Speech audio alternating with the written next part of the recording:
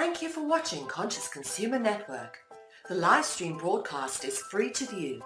You can pause and rewind live broadcasts to catch up, or view shows at a later date by accessing our free archives of all shows. Check out our broadcast guide to see what's on. You can show your support by donating to our network support fund. Follow us on Facebook and Twitter, or subscribe to the monthly newsletter for updates. We thank you for supporting free and independent media.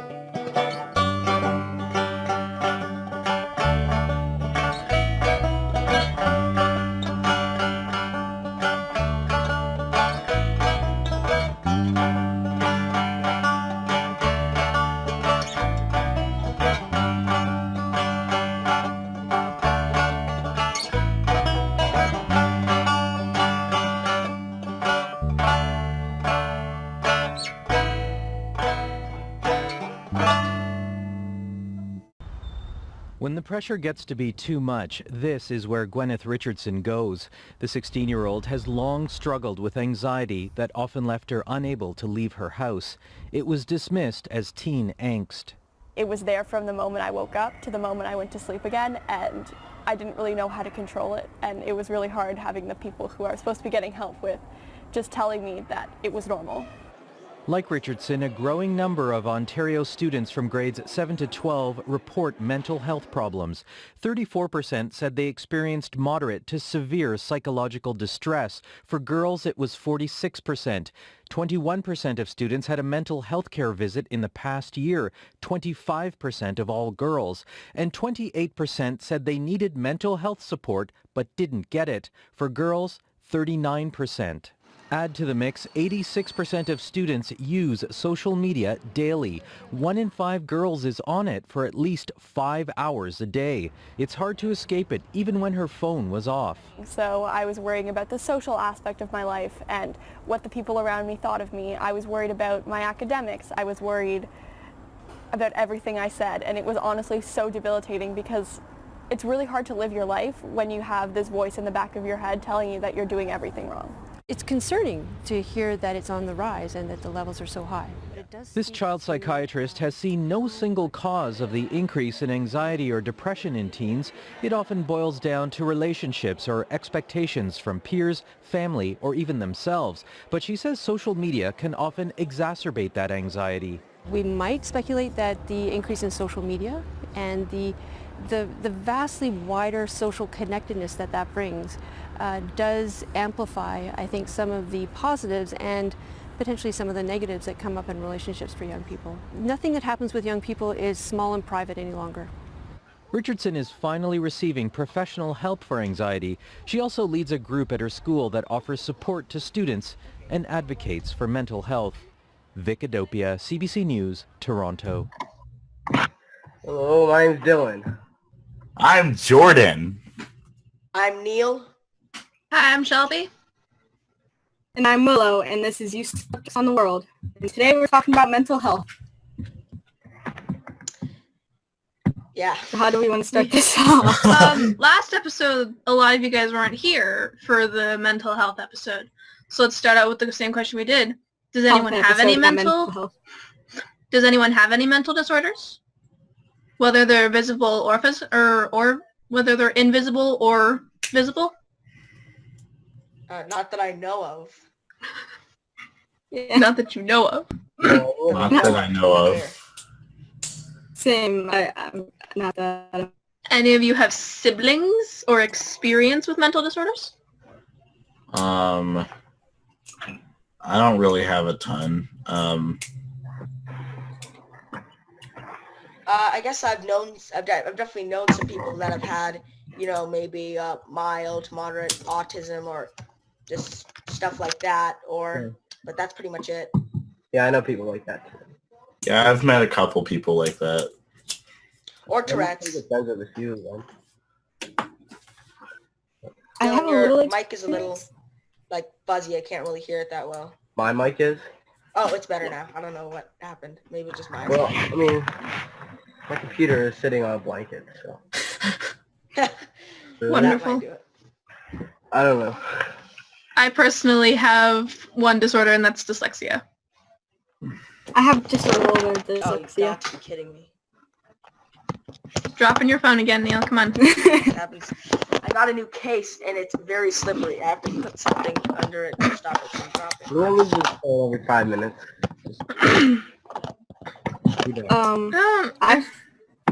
I've had a little bit of experience with people with kind of like a mental disorder. I babysitted a 9-year-old kid that was autistic, and like that was terrible.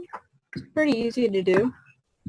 That It's kind of funny. I go and play like that card game, this card game called Magic the Gathering, and there's a few people there that are autistic, and there's one kid named Harrison, and if you don't stop him, he'll just go on forever. And it used to be he just would sit on his phone the whole time, and so his turns, like he'd go back and forth, and his turn would be 15 minutes, and he would do nothing. And for some reason, everyone's afraid to ask him to get off his phone because he was autistic. And, like, all you have to do is tell him, like, yeah, Harrison, get off your phone.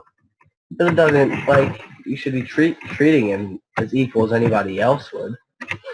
Whereas you treat anyone else, and if somebody else was just sitting on their phone the whole time, I would tell them to get off their phones. For some reason, everybody else was like, well, I'm going to play against Harrison because he's going to be on his phone the whole time. Tell him to get off his phone, and then he gets off his phone. Yeah.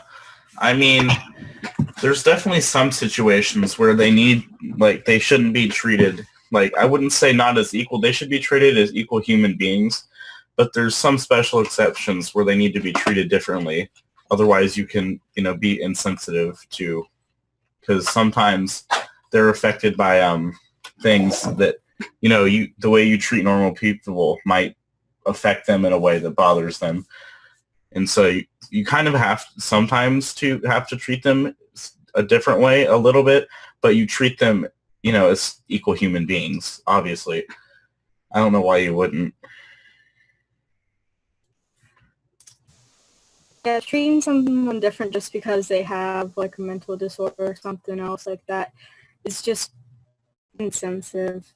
Like it makes them feel terrible about themselves because they're treated different than like normal people. It's definitely the way that society treats people with disorders. It's a huge part to do with how, I guess, other people act. Like some people can be entitled if they have a disorder. I mean, it's a fair thing. If you need special care, then speak up, but just try not to, I guess, abuse the power and make everyone feel bad. Yeah, people sometimes fake having a disorder or illness or something like that just to feel taken care of, or just like if they want someone to take care of them or feel pity or stuff like that. And that's not really fair to the people that actually have them.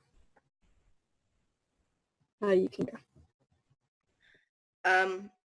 Somebody, sorry, this is... Yeah, I know a lot of people just do stuff like that to get attention, and it's really not cool. I mean, a lot of people do a lot of stuff to get attention. I think some would definitely do that. I mean, I think in 2005 at the Special Olympics, the Spaniards won the gold, but it turned out that they didn't have any mental illnesses, and they just crushed everyone, and there's a whole movie made about it. Not like a documentary, it was like Johnny Knoxville made it. But it was, they like crushed everyone because, they don't... I think it's also very noteworthy about how, forget, faking it for like, trying to get care or sympathy or any of those things. A lot of people actually fake mental illnesses to get out of prison in court. And it's definitely a real problem because on the one hand, you have so many people doing it to the point where you could have an innocent person to get, you could have an innocent person, you could have somebody who legitimately maybe didn't know what they were doing, and they could have actually gone to,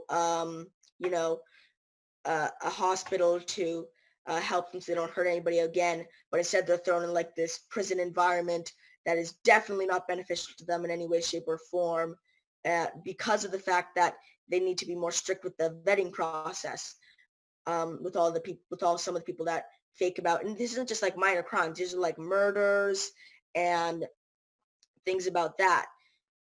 And it's really just it's pretty unfortunate, especially when you have like a murder trial going on. And I mean, on the one hand, you could completely convict somebody who didn't know what they were doing to an environment that will probably make them worse. Or you can give somebody a cushy sentence for killing somebody.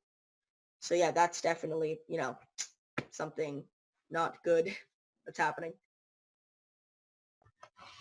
Definitely. Yeah. That's definitely a problem. I mean, if you're in a court hearing, for saying, oh, I don't know what mental illness you would bring up, but I have mental illness. Set me free. No, you're like, I feel like some people might be able to get away with that, but if you're in court, I feel like you'd at least have to be tested or have some sort of actual proof that you'd be mentally ill. And, I feel like that would happen in court, just because otherwise we'd have people saying, oh, I have a mental illness. Okay, you're free.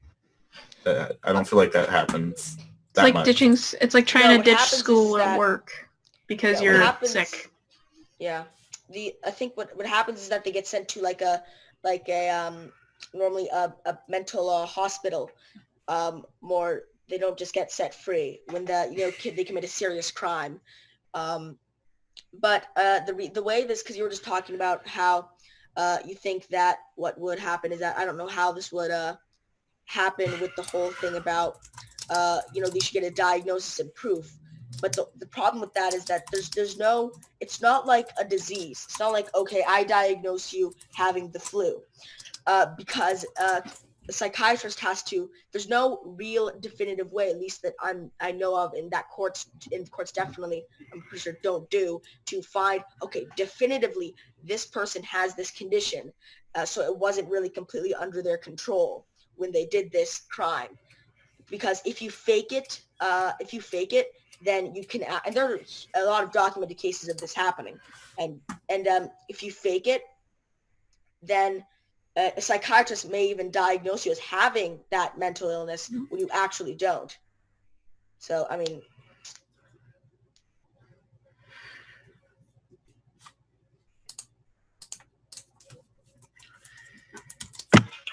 Well, there's like one thing that I always thought about, and me and Neil really watch these videos about those social justice warriors, and we think they're kind of funny. And like me and my dad were kind of talking about this too, and a lot of people are transgender, and I'm totally for being transgender. Like, if you're transgender, that's cool. I mean, it's cool, but like, I know a lot of people say that there's an actual mental illness behind it, and it seems like a lot of people who are transgender also agree that there's gender dysphoria. I think that's what it's called. I mean, I don't know is that a mental illness, and if it is, which it seems like a lot of people who are transgender say it is a mental illness, should you treat it? Should you treat it? Because it is a mental illness, so you have a mental illness, you should treat it. It shouldn't just be something you leave there as a problem. Or is it a mental illness at all? Because a lot of people who are transgender take that and then just take it as a part of themselves, which I know a lot of people do take their mental illness as a part of them and a part of their personality. But I think people who had, like, let's say you had like what is it called?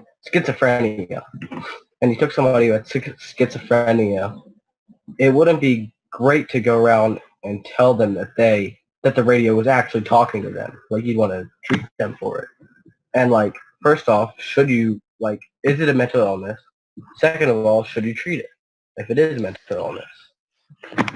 I think it's less of a mental illness and more of a condition. And I think that I don't know if it's actually, I don't think it's ever actually been treated. I'm not sure, it's possible that there is a way to treat it, but I don't think that that's been discovered yet. And it raises the question, do we want to is it worth actually pursuing to cure it? Because it's not something like, it's not something that, now it may be inconvenient for some people, but it's definitely not something that hurts them. It's basically, gender dysphoria is, at least the theory of it, is that, you simply identify and with the opposite gender that you are. So I don't think it definitely needs, and I think it almost brings up the whole thing if we look into, because I don't think there's much to treat, because it's not really that much, it's not a problem. It's, they just want to identify with the opposite gender, and that's totally fine, because that's totally fine. But I think that sometimes, even if for good intentions, you went into, just for the scientific hell of it, we went into trying to figure out, is there a way to cure this? I think that would almost, just not to be like, oh, transgenderism is a disease, but to be more like, okay, just for the hell of it, let's see. And obviously with consenting participants and everything like that, I think that almost encourages, in a way, and validates the whole, I guess, electroshock therapy mentality, where like, oh, don't worry, we can use this therapy to get the gay out of you how it used to be. And I think that almost it almost promotes that ideology, even if the research itself wouldn't be encouraging that. You could have a bunch of nuts saying about, oh, well, yes, like this, if this works, that means that maybe electroshock therapy for the gays work, and electroshock therapy for the transgenders, and yes, this will work. And then you're like, oh, wait, no, it doesn't work, and it's horribly inhumane. So yeah, I perfectly agree with that. What I think personally on the transgender thing is I'm nice. For it. Like, if you want to change your body, go for it. It's your life, and someone else shouldn't be in control of your life. It's what you want, not what they want. And so with transgender, I don't think it's a condition or a mental illness. I think it's something missing in their life that they think, oh, something's missing. And then they look at their life and they're like, I've pretty much acted like the opposite gender. Why not? Like, for most, it's like, why not just change to the opposite gender or become gender fluid or be non-binary? It's a whole thing where they think something's missing inside themselves.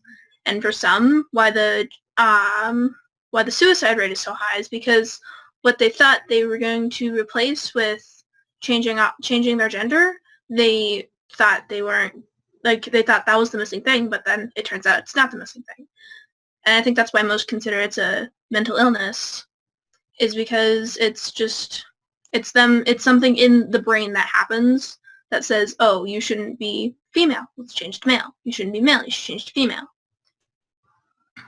And sure, go for it. But why? So it's more of like a soul searching of why you should.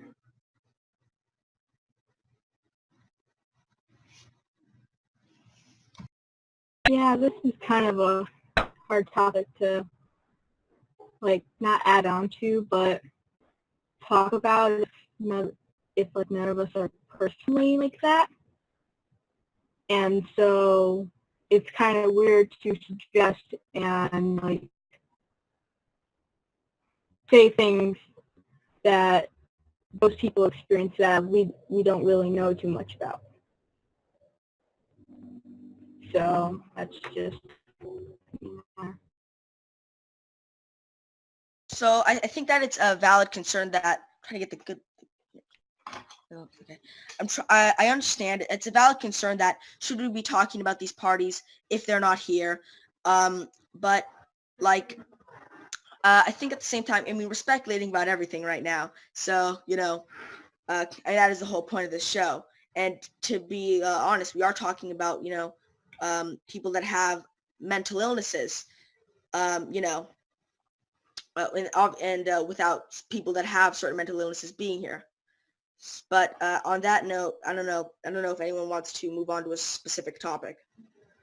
Maybe we should Maybe we should explain what a mental illness is, because that's great. Yeah, that'd be a great place to start. So who wants to start with that? I personally don't know the full explanation, so I'm not going to be one. I actually don't know where it starts. I know mental illness, it obviously exists in the brain. However, I'm not sure actually how it is. I know the definition and the characteristics, and like, for example, autism is a way of you're not able to understand certain social cues, leading to certain mild to moderate social awkwardness and not being able to understand those things like other people can. However, I don't know what actually triggers it in the brain, what causes it, and what is different. So that I personally don't know of. I think it's different with like every different kind of mental health. So like having depression and being schizophrenic and stuff like that, it's different things that can trigger it. So like having depression, I think a lot of different things can just trigger that one thing. So it's different for everyone basically.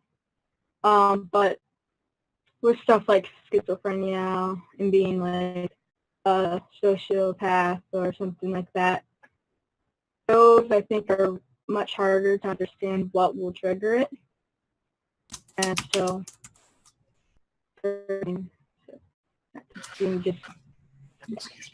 So if you Google mental illness definition, the thing that comes up is a mental illness refers to a wide range of mental health conditions, disorders that affect your mood, thinking, and behavior. Examples of mental illness include depression, anxiety disorders, schizophrenia, eating disorders, and addictive behaviors.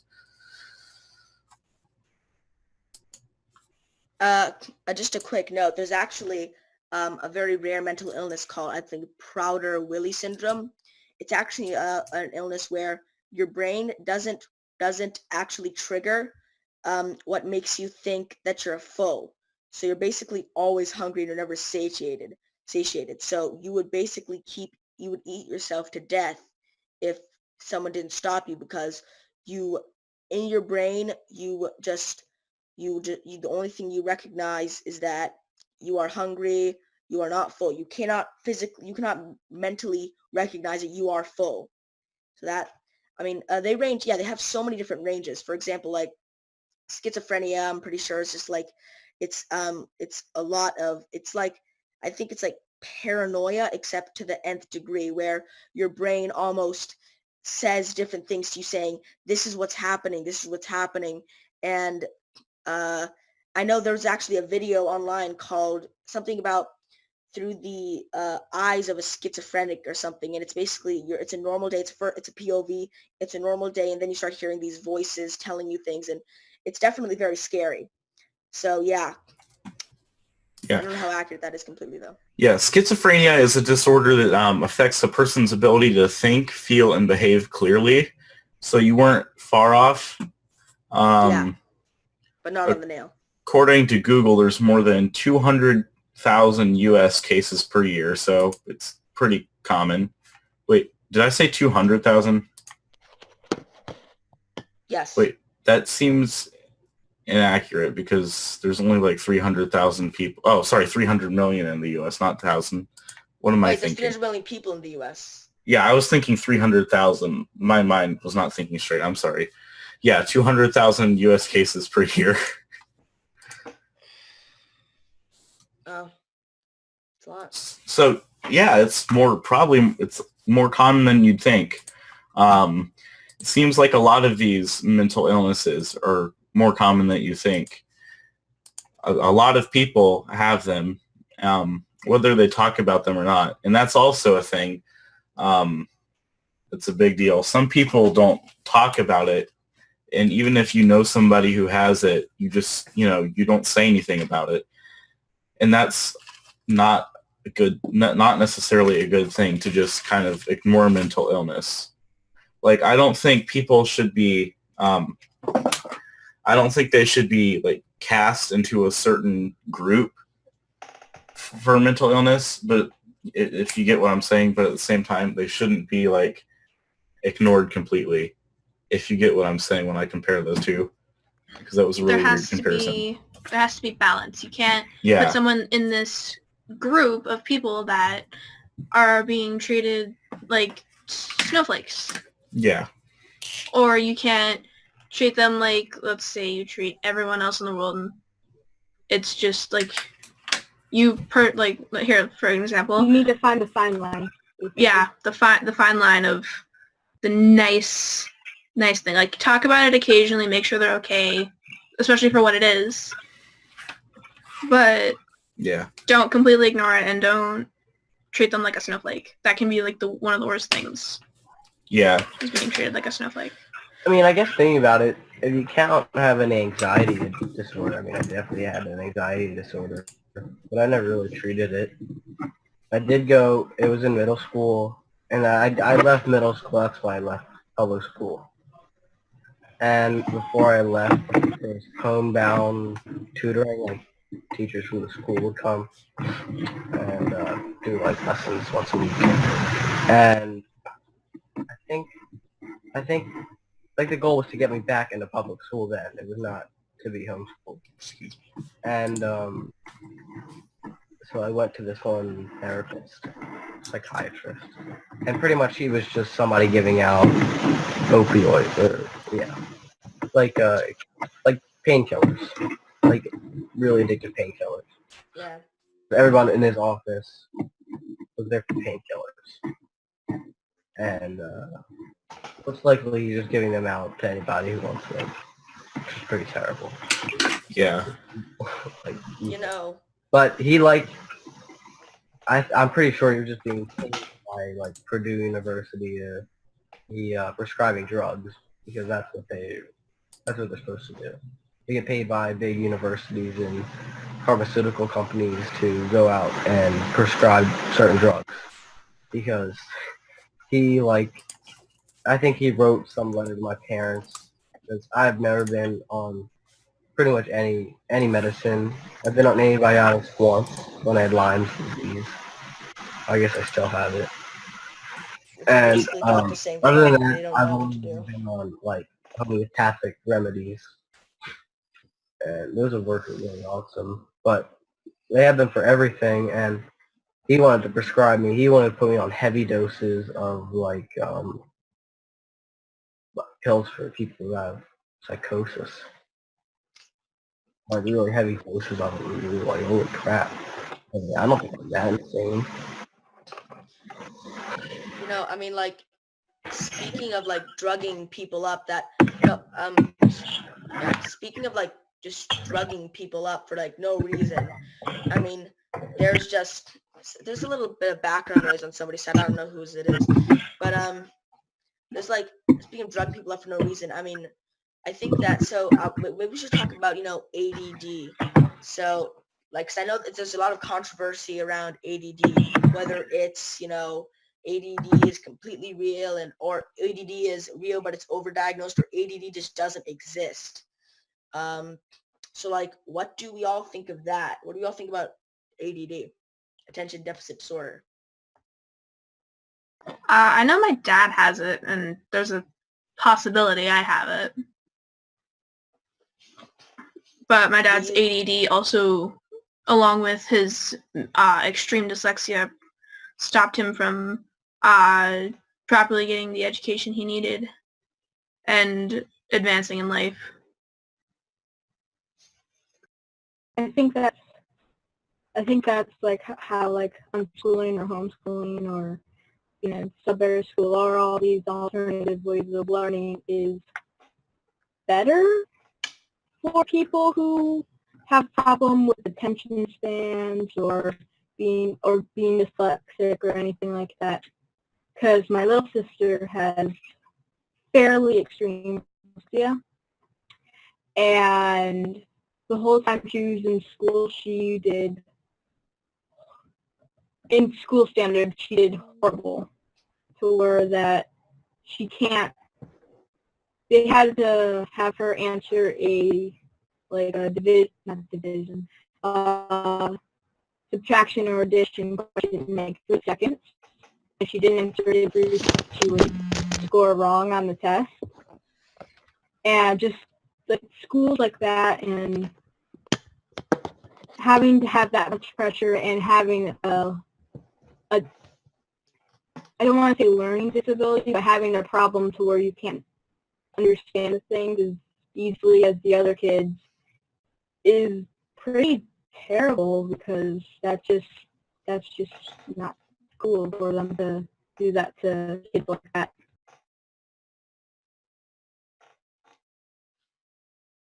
So, does anybody think that attention deficit disorder is just overdiagnosed, like in children especially? Because I think that it definitely is.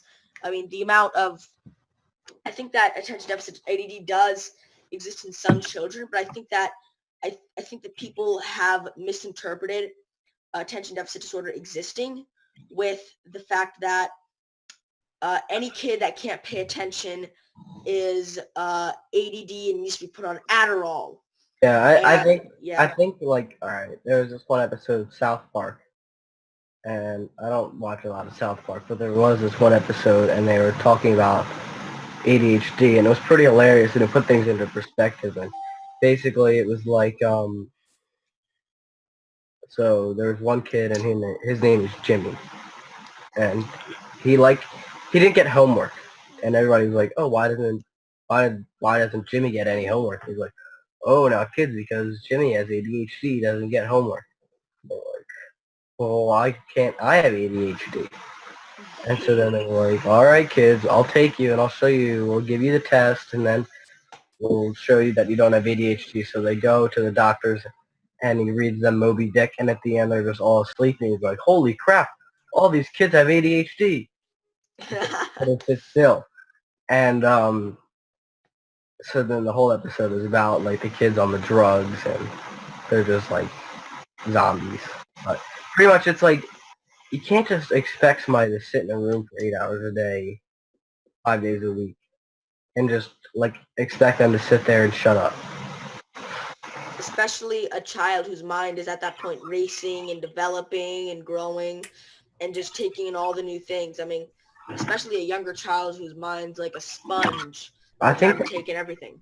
I think that's what schools are almost trying to do, though, is just get them to be obedient workers who sit there and shut up and don't talk. Adderall is great for that. Adderall will make them pay attention to whatever you're saying, and then they'll recite the mantra and write it down. And then congratulations, your school is now at the top of this or whatever. That's ridiculous. I definitely think little children especially are diagnosed with ADHD or ADD way too early in their life, because what's to say a kid with actual ADD isn't diagnosed with ADD, but let's say a super active kid and a hyper kid who's just happy to be alive is diagnosed with ADHD and gets put on Adderall at the age of, let's say, 6. It's like they're just being a kid. I know. It's absolutely insane just how, and I mean, like ADHD, attention deficit hyperactivity disorder. Attention deficit. Maybe if you're, I mean, let's be honest here. If it's a little kid, and yes, some kids can sit in a classroom for hours upon hours and listen to what the teacher says, but call me crazy if I think that some kids want to do some other things, especially younger kids that are still like looking at everything and fascinated by so many of these things. And hyperactivity, I'm sorry, but no shit. That, I mean, they're kids. We're all Yeah. kids. We all have, all kids get hyper at certain points, especially younger kids. They have an extreme amount of energy, like hyperactivity disorder. What the hell? I mean, yeah, yes, they're hyperactive. They're kids. Why do you think when you see kids running around, you go, oh, kids, not, okay, put them on Adderall. They're running around playing soccer. What the hell? That's ridiculous. I read an article about ADHD and someone who's diagnosed with it, and they actually do have ADHD, but they're not on drugs anymore. They were when they were in elementary school, and they were like, it didn't, like when I was on Adderall, it didn't feel like I was myself.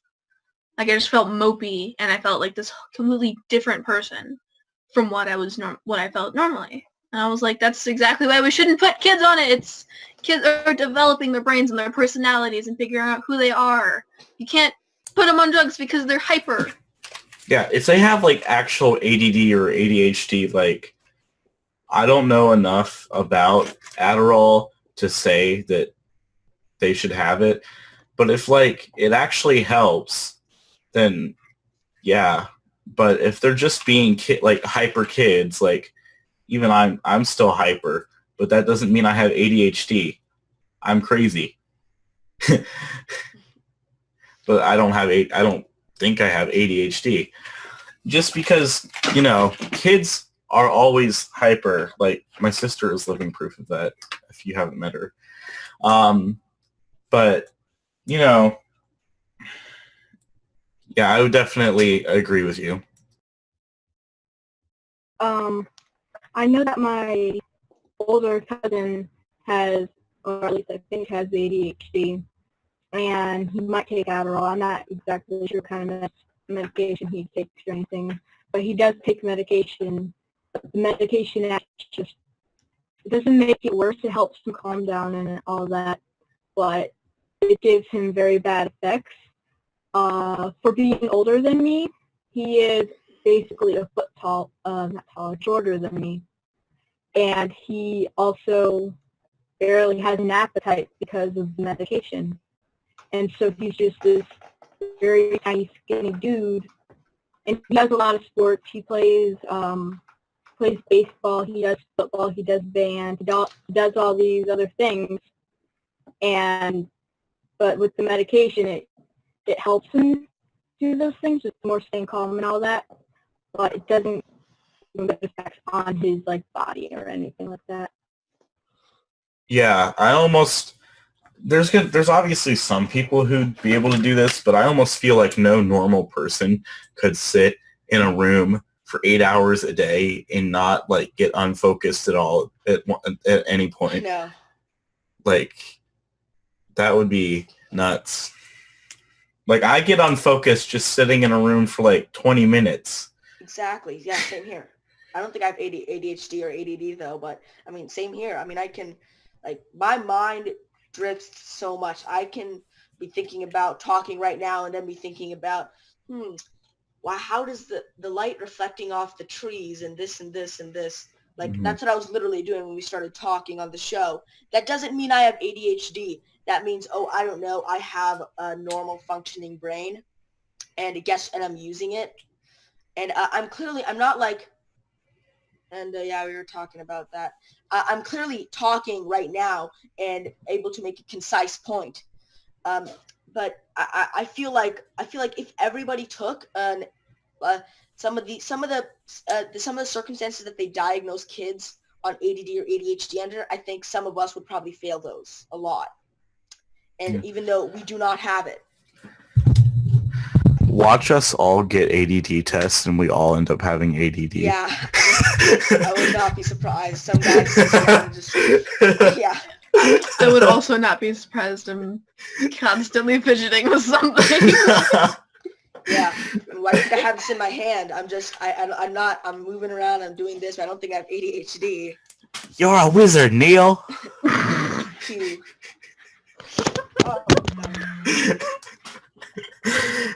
Perfect time for the sun to fall down. Oh my god. I need to spell.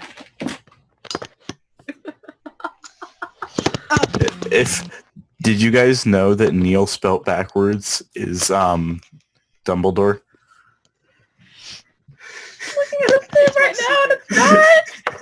secret. Okay, there. Hopefully that'll stay up there. We just, yeah. Anyway. We talk about the difference between psychopathy and sociopathy. Yes. That's a common misconception. Let's do that. So a psychopath, according to Google, is somebody who suffers from a chronic mental disorder with abnormal or violent social behavior. And then a sociopath is an antisocial personality disorder. So sociopath is more like maybe insensitive to in social situations or doesn't get social cues. Psychopath is like, juggling knives is fun. Let me kill someone. Now, obviously, not all psychopaths are like this, but this is the rough, very rough. Yeah, like the stereotypical definition of like crazy person would kind of be psychopath, if you get where I'm going with that. The highly stereotypical. Yeah. So theoretically speaking, I am a sociopath because I'm very antisocial, and my uncle, who lives in Texas currently, is a psychopath. He was very violent towards me and my brother. Not the different story. Not necessarily. Like, not to cut. Sorry, I cut you off. No, that's fine. I was done. Just because somebody is like violent doesn't necessarily mean they're a psychopath, or just someone. And just because someone's antisocial doesn't mean they're a sociopath. Like, for example, you could just be an introvert. A classic introvert traits are antisocial, being quiet, or having social interactions drains you, and you just have to have time alone. However, sociopaths, it actually isn't as much not understanding social cues. That's more autism. What's more sociopathy is the lack of empathy as much as other people. So, for example, if I see somebody getting killed, if I'm a sociopath, for the sake of whoa, why are you laughing, Neil? If I see somebody get killed. I'd like to say that Neil, on record, has said multiple times that he's a psychopath. And I believe it. We did a video a few days ago, and we made our own podcast. Oh, God. I don't know that one. When I see babies. Neil said instead of being pro-life or pro-choice, Neil's pro-death. What? Wait, okay. Wait, what? We're getting so off topic, and this is like, that's really... Okay. No, well, I think we were talking about, like, psychopaths, and I know we were going to talk about, like, Las Vegas and those shooters who are, like, psychopaths with mental illness. And I know I used to, like, a while ago, I used to be kind of into guns, because guns is a part of this. People aren't sure whether, like, you should ban guns or help mental illness, and I think, like, it's not the gun's fault if people are dying. Yeah, guns don't kill people. People kill people. Yeah, but to be fair, guns help people kill people better than people can normally kill people. Yeah. Yeah, because a person with their fists and a person with a rocket launcher, there's a clear difference. I'm probably going to be able to kill you with a rocket launcher better than I'm going to be able to kill you with my bare hands. That's a bit extreme. Is a rocket launcher even considered a gun, or more like? No. It's just an example. Yeah. But especially with my weak little boy arms, I'm probably pretty sure I can. I'd rather pull out a handgun. I think a handgun would be better for that. I want somebody to tune in right now and say, I think a handgun would be better for that. Oh God. And the podcast title is mental illness, so that would definitely not be.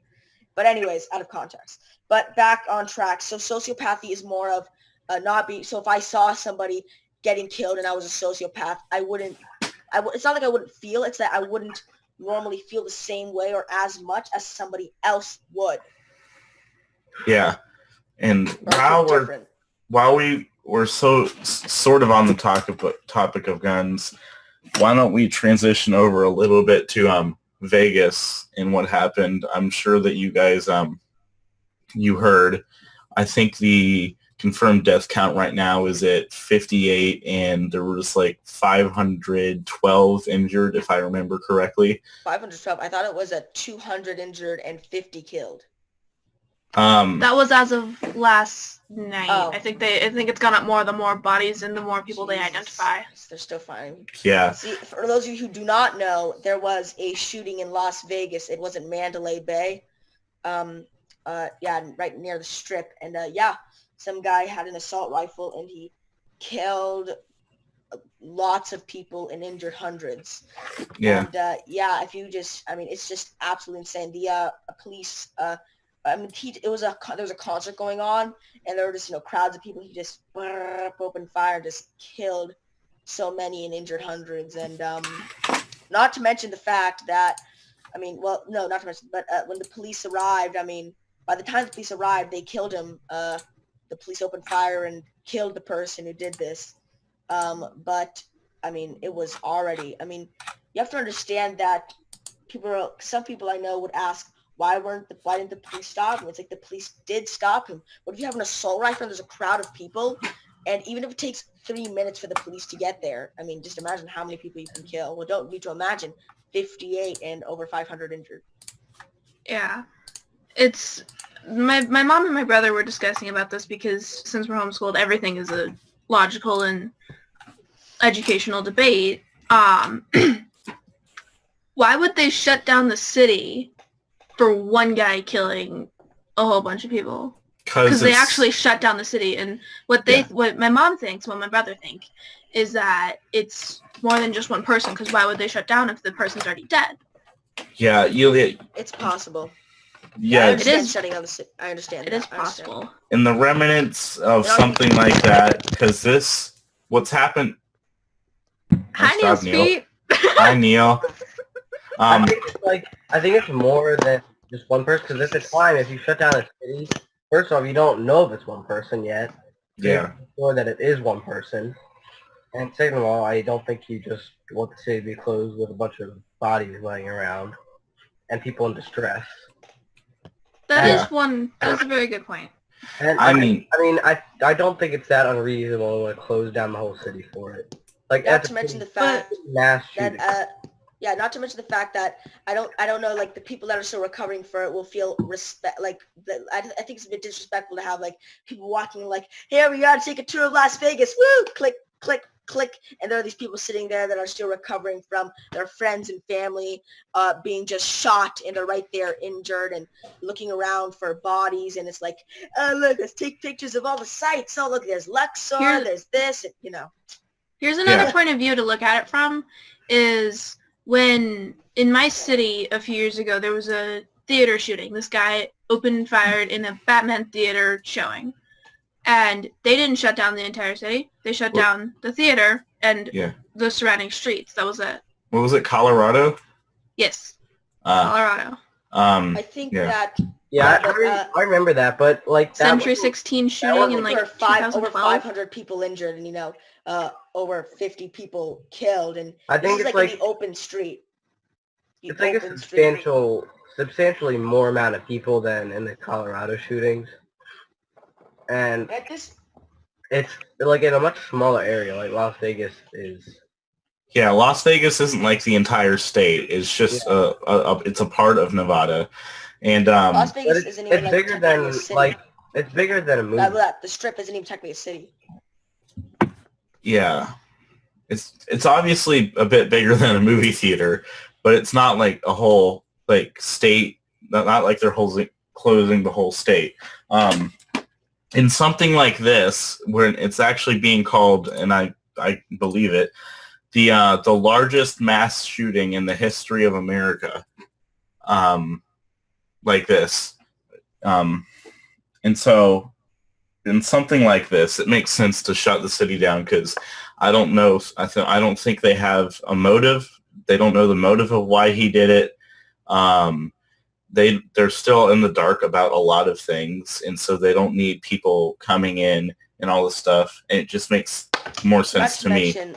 Let's be honest here. A lot of people are assholes. A lot of people will go around with cameras being like, "Hey guys, it's me on YouTube, and today I'm gonna do a prank. It's called Look at All the People Who Are in Despair." Like, you have to understand just the amount of horrible people who are willing to do that crap. Not to mention, let's be honest, a lot of the press, also assholes, they're going to be like, "And today we're going to interview this person who is just recovering from the loss of their family. Tell me about this.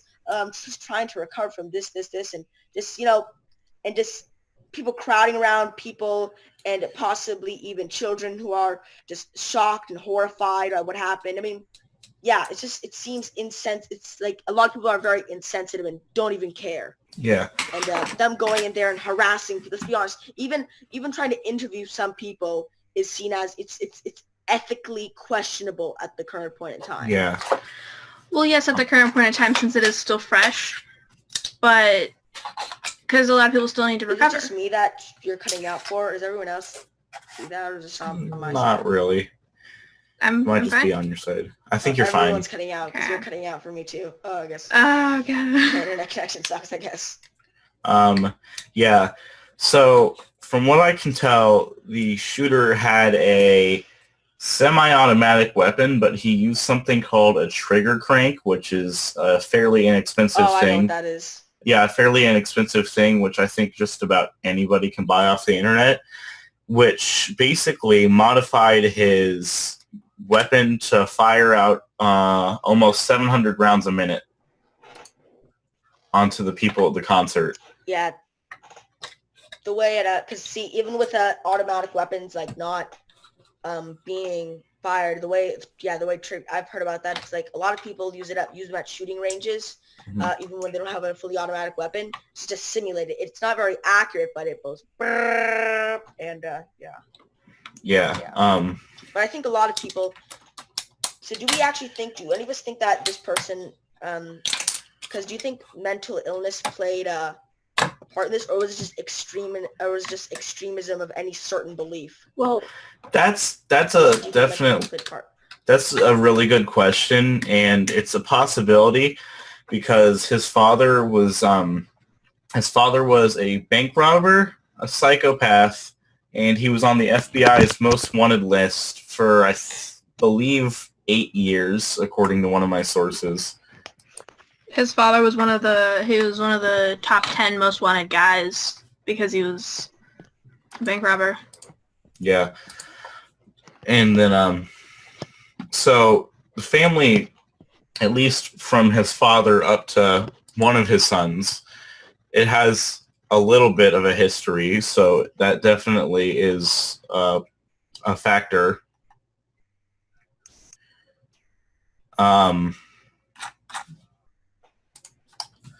And definitely, you definitely have to take into consideration the fact that not necessarily his entire family, but who his father was and how that might have played a role in what happened. And I'm not saying it did, but I'm just saying that it's definitely it's a consideration.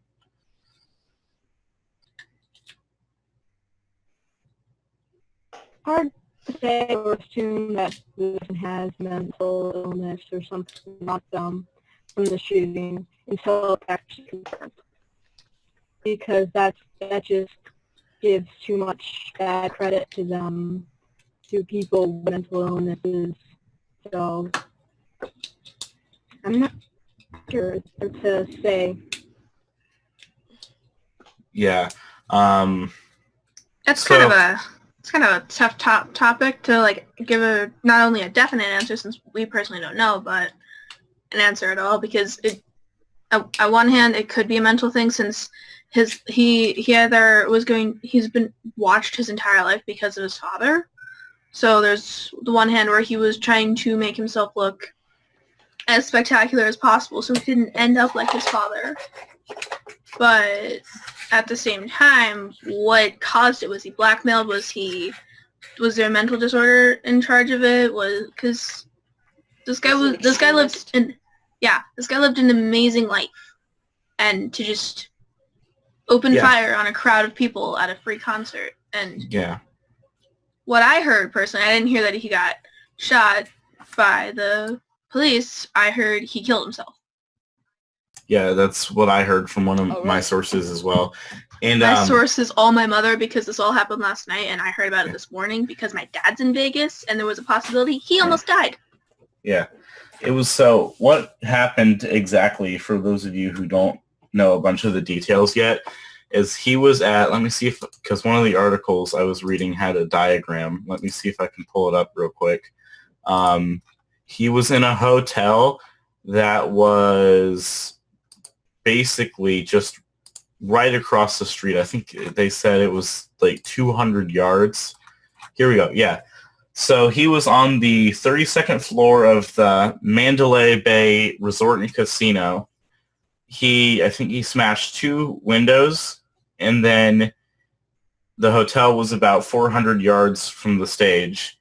And so from that window, he just started opening fire on the crowd, and it was pretty bad. What was I going to say? Oh, yeah, back to what Shelby said about him living a glorious life. He was actually like a fairly rich guy. He was an ex-accountant, and apparently, he would make like $100 a hand poker bets, and he was like, it seems to me he had a fair amount of money, and so it seemed like he was fairly successful financially, and so he definitely could have lived a glorious life. I don't know much about his history. Yeah, but definitely money doesn't necessarily buy sanity or happiness. And on that note, did you want to say something, Neil? No, I was just saying maybe we should get a break. All right, yeah. Can I say one thing before we do that? Yeah, go ahead, Shelby. While we're still on this topic. Did he fall into depression, and could depression have caused this? I don't know. I haven't read enough yet. It's all kind of a breaking story. There's a lot of stuff comes from that one. Yeah. All right. And with that, we're going to go ahead on a 5-minute break. We'll see you guys all after the 5-minute break, and stick around because we still got like another hour for you guys. So bye for 5 minutes. Bye. See you in 5 minutes. Before I tried mindfulness, I felt threatened all the time. Really disillusioned with life. Confused, Tired, stressed, frustrated, scattered all over the place. overwhelmed, anxiety over the future. Worried. It was kind of taking over my life. I tried mindfulness because I felt stressed out. I was very concerned with the future and what my day was going to look like tomorrow and everything that was happening. My life was always about what happened in the past and what's going to happen in the future. So by doing mindfulness, I live much more in the now. It is just a different approach to life. We all experience difficult challenges in our life, like stress, pain, and depression. Mindfulness can give us resilience to rise above those challenges and live life more fully. Mindfulness is a particular type of meditation where we bring our awareness to the present moment. We can let go of the past, let go of the future, live life more fully, more joyfully. We all are too busy. I think it's a thing that everybody's just so busy all the time right now. You always have something that you have to do, or you're always going towards a certain goal, and mindfulness is just taking a moment to look at your life without any expectations. Take time for yourself rather than getting carried off in all the daily activities that you have. Mindfulness can be practiced by anyone, no matter what your religion, your age, or your background. We don't have to wait until we have time to do like a formal sitting meditation to practice mindfulness. We can bring that same mindful awareness to any activity that we're doing through our daily lives. So walking can be a meditation. Eating our lunch, brushing our teeth, being creative, painting, writing, or playing music can get us deeply in touch with the present moment. Mindfulness is available anytime, anywhere. It's a tool and skill that you can use for the rest of your life, and it's It's easy through simple daily or not daily exercises. I mean, it just keeps us all just calm and present, and I think that that's healthy for anybody. It can be beneficial for everyone, and you just have to go in with an open mind and take everything slowly instead of trying to get through life quickly and do as much as I can and as fast as I can do it. Instead, just enjoy everything you do and maybe look at life from a more positive perspective. So I really invite you all to try it, to experience it, and to see for yourself how mindfulness might be able to affect and transform your own life.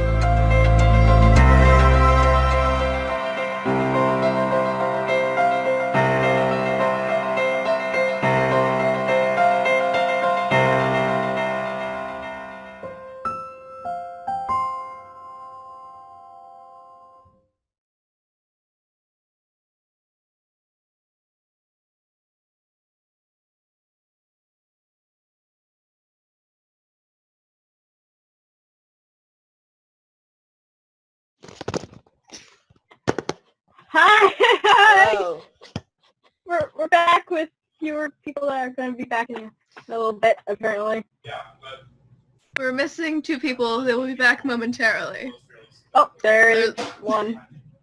There's Dylan. Thing. And I don't know. So. Dylan.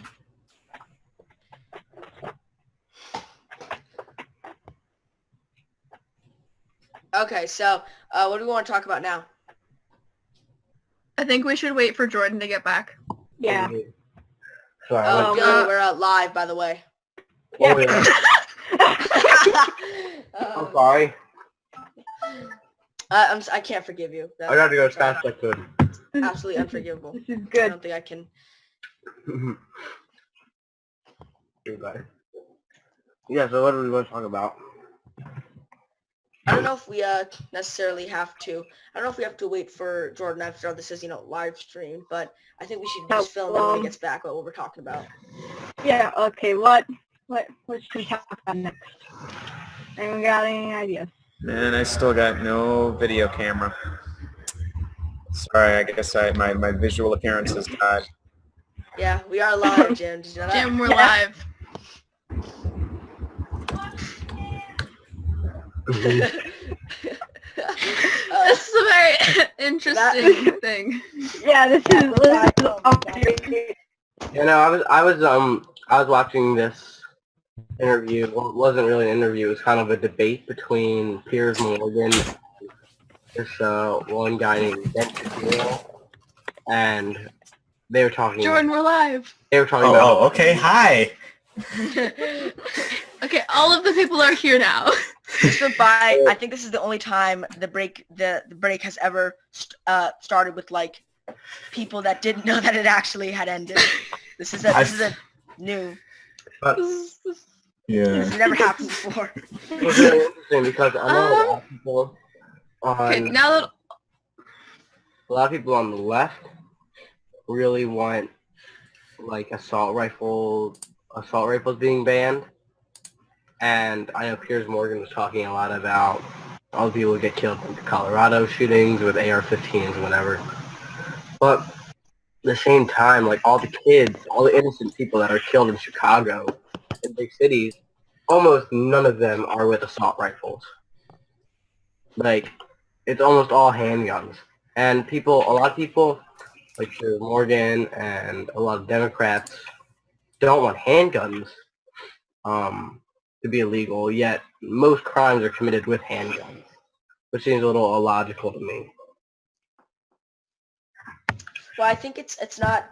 I don't think it's more of okay. Crimes are committed with these guns, and well, actually, to be honest, this isn't really on topic to mental illness. Maybe we should talk about this in I don't know, a gun episode. Well, I mean, I think the topic doesn't have to be on one thing, but I mean, guns and mental illness are a big topic in America. So yeah, so then I guess I'll just respond to that. So I think that their main concern is that the thing with guns is that while assault rifles are they may not kill as many people, but for example, like hard drugs don't kill as many people as, heart disease from a bad diet. So that doesn't mean, I can just say, okay, well, in that case, I guess that means that hard drugs are fine because they don't kill nearly as many people as heart disease.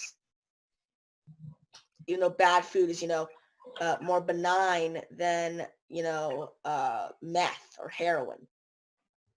So I think that's the mentality behind what I'm saying. And where did Jordan? Oh, no, there he is. So anyways, but well, I mean, like on that topic, I think most drugs should be legal, and except drugs like PCP, which causes you to go and want to hurt other people. Cocaine and stuff. It's not just your own amusement. Like, for the most part, I think all drugs should be legal. It's a free country. You should be able to do what you want. And there shouldn't be a government telling you what you can and what you cannot do. Unless you go and do something that infringes on other people's right, like right to remain peaceably, which is yeah. I was about to say it shouldn't be lawless. Otherwise, like we'd have people going up, like rape would be legal and all this other terrible stuff would be legal. So it definitely shouldn't be lawless. And I think there should be like certain restrictions, but at the same time, you should be able to do what you want with your life as long as you're not hurting or affecting other people in a way that they don't want or a negative way. There are actually places where you can take drugs. I think there are actually places where you can take drugs around doctors. And like I know it sounds weird, like why would doctors want you to like take heroin and meth? But the point is that you can go to this. It's a clinic and they promise there's like an oath. They will not arrest you. They will not convict you. They will not hold your identity. Basically, you just go there with any drug you want, no questions asked, and you can do it. And you're like, okay, what the hell is this about? Blah, blah, blah. The point of it is that I'm pretty sure almost nobody has overdosed there. And like one of the stories that nobody overdosed there. A bunch of people overdosed that one night, but nobody died because doctors were right there to treat them. However, just a few streets down, a woman overdosed on heroin and died. And it's the whole point is that when people are there, addiction in itself is a disease. Yeah, it's definitely, like, addiction is totally a mental disease. It's a disease and it's passed on through the generations. Yeah, there are addictive personalities that can definitely be passed on, whether it's through video games or certain different things that you like. There are addictive personalities. And I'm not saying I like video games, therefore I'm addicted to them, or I like playing video games a lot, therefore I'm totally addicted. There are these people who have addictive personalities. Well, and people with addictive personalities are different than people who just like certain thing. They basically tend to be addicted to things more. Sometimes it's not just having an addictive personality. Sometimes it's a physical thing. Like you can be born with an addiction to certain drugs, and it's not because your mom was addicted to those drugs while she was pregnant. It's just a genetic thing that addiction is passed along with. And like if, let's say someone in your family was addicted to heroin and they got, like, this is just saying they got off of it. And that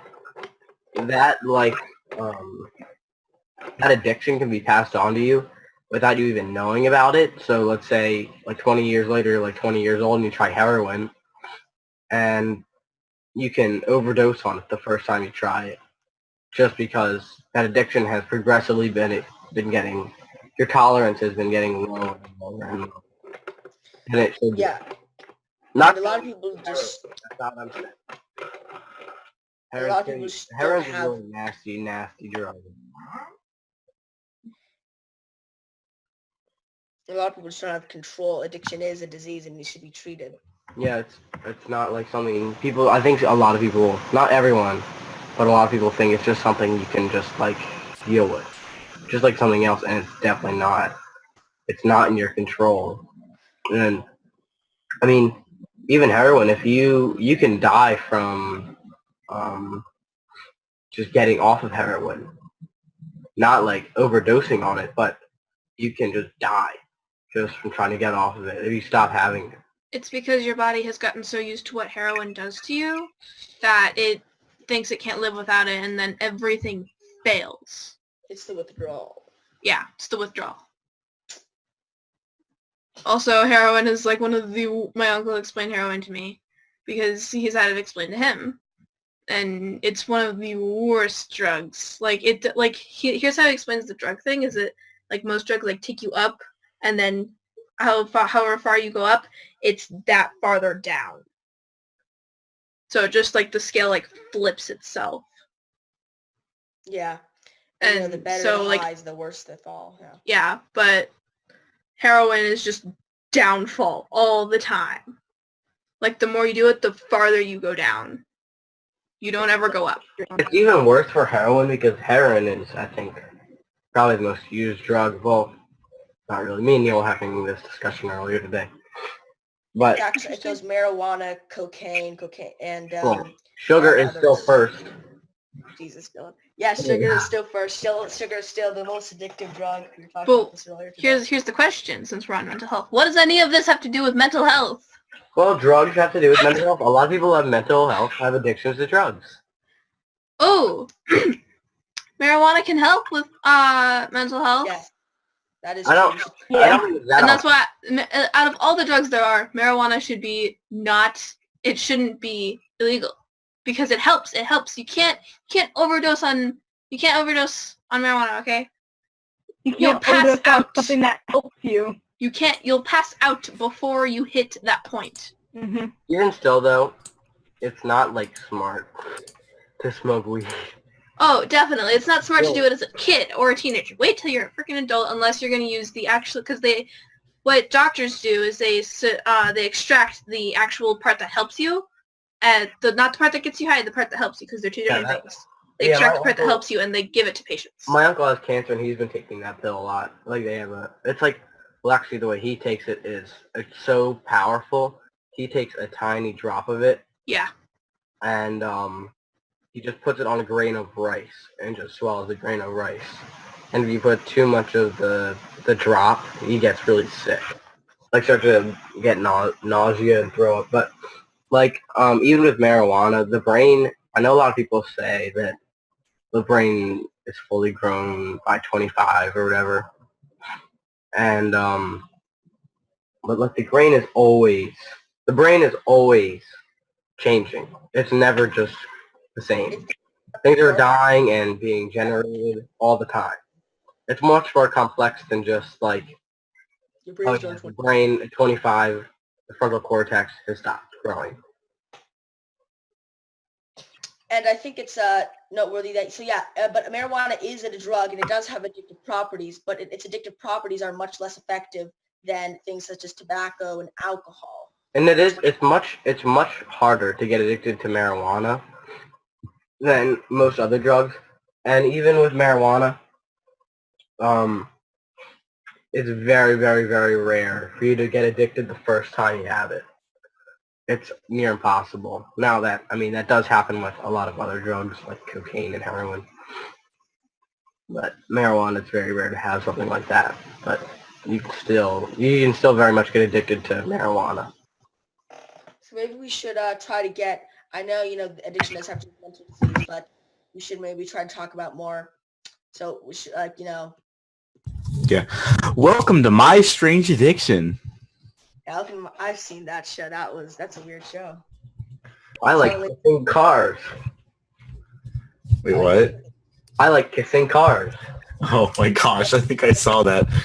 I get up every morning and I call my car baby and I kiss it on the hood. I'm addicted to eating my husband's ashes. Oh, wait, what? Oh my gosh. No, that was one. This one woman kept eating her husband's ashes. Okay, off topic. Wait, ashes? Off topic. That is off topic. Oh my gosh. That's way off topic. Back over here with mental, please. Okay, let's just go back to the good corner. Brain, if you eat your husband's ashes. Okay, Neil. Neil. We just let's get back on topic, please. It's been way too off topic. I feel Is that even possible? To eat the ashes? No! Oh my gosh! Get back on topic. Oh yeah, let's do that. Neil, get your head in the game. I can do this. All right, let's do it. All right. Why don't we talk about autism because we've touched on it. Actually, I have something better. Untreated mental illness. Where's that article that I had? Go find articles. Oh yeah. A lot of mental health disorders and stuff get untreated.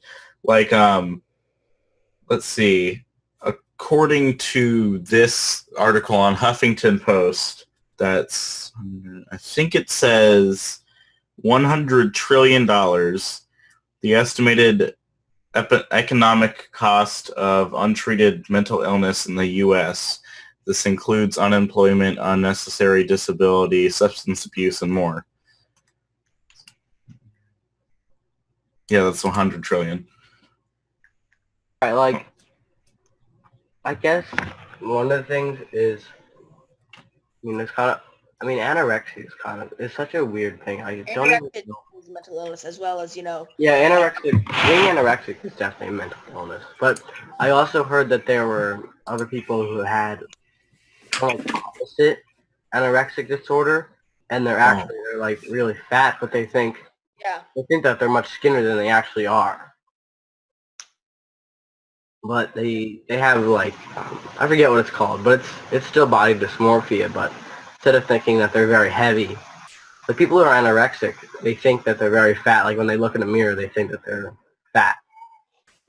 something that happens a lot in I know there was this one man, I don't know, I doubt anybody knows him, but his name was Rich Piana, and he was like really into bodybuilding, and it's like, I know that it's like almost like opposite anorexia. They want to look as muscular as they possibly can. It's like some people, I don't think it's officially diagnosed, but it's like, you can tell because it's like their self-worth is identified by that. And he went to the point of where he actually passed away from an enlarged heart. And that could be, definitely done in part to steroids. A lot of steroids that he used. I really like listening to this one podcast called the Joe Rogan Experience. It's pretty popular. But Joe Rogan, who's the host of the podcast, they talk a lot about like political stuff, and he has a lot of comedians on because he's a comedian. But also he was an MMA fighter, and he was talking a lot about, and also he had this one bodybuilder on. And the bodybuilder, I guess he like won, what is it, like the universe, Mr. Universe. And he was saying a lot of bodybuilders have that. Like you need body dysmorphia almost to be a bodybuilder. Like you can't, it's really hard to look in the mirror and actually see yourself as the person that you actually are as a bodybuilder, just because you're so incredibly, like, enormous. He was basically saying that they almost always have body dysmorphia, but not anorexia, obviously. But pretty much to be a good bodybuilder, you have to have some amount of that.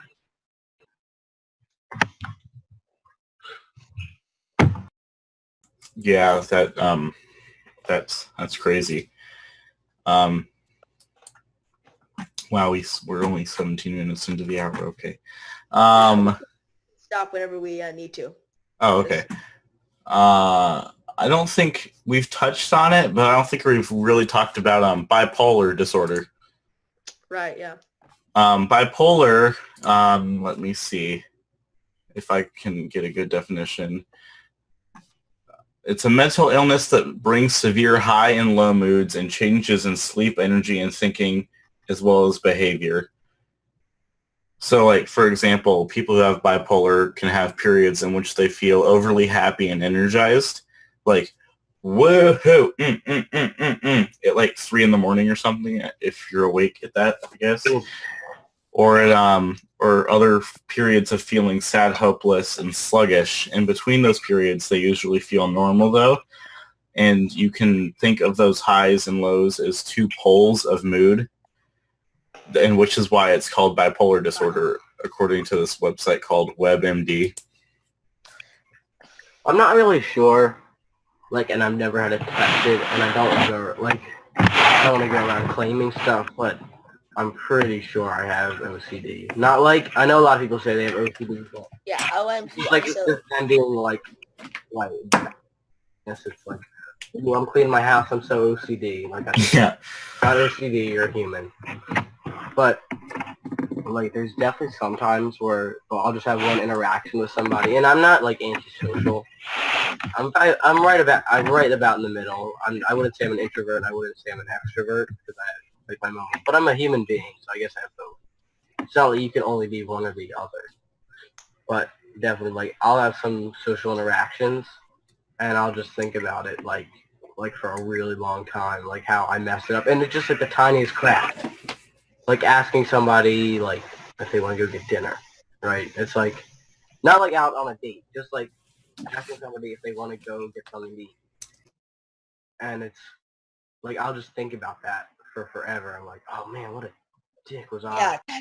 And like I'm not, but I overthink it like forever, and sometimes I'll be thinking about something that happened like months ago or even years ago. And, like, I'll physically, like, clench up because I was thinking about it. That's literally what I do. I think about something that happens that I didn't like, and I'll like, physically clench up like that. That literally happens. So I'll randomly just be walking around, I'll just do that. My shoulders will hunch up, and I'll just get all tense. Yeah. I mean, and I don't know. Like, maybe that's not OCD, but I don't know. I mean, I was just, like, looking it up, and I always thought OCD was just like, oh, you wash your hands all the time. You're really like, you like doing things over and over again. And that's what I always thought it was. But, I mean, I was doing more research into it, and it was more like there was two different types. You could be that hand washy all the time, you clean, or you could also have a more mental version. And I know OCD, even if you have the hand washy stuff, it's still very mental and in your brain, but I don't know. I don't want to go around claiming I have OCD or anything because I've never been to any doctor about it or asked anyone about it. Yeah, I'm no doctor. It's always a theory I've had. I'm no doctor, but I know that I definitely have I won't call it a problem, I'll call it a thing where I'll be in bed and I'll just lay down, I'll be thinking about one thing that I don't know what it is, and then as soon as I remember it, I'll like wait, did I check this downstairs or did I do this exact thing? I feel like I left this door open, and I'll immediately quickly jump out of bed and go down. It's like 1 o'clock in the morning, and I really got to go to sleep because I got to get up early in the morning. But so, and then I'll just, do that. And I know that definitely happens a lot. I don't know if it's anxiety or maybe, I don't know, maybe it's just me being weird, or it actually is something else. But I know that definitely I'll have, that will happen where I'll be sitting in bed and okay, that time I caught it. Where I'll be sitting in bed or something, and then I'll just be, especially at night, I don't know if it's something like, I just feel like it has to get done.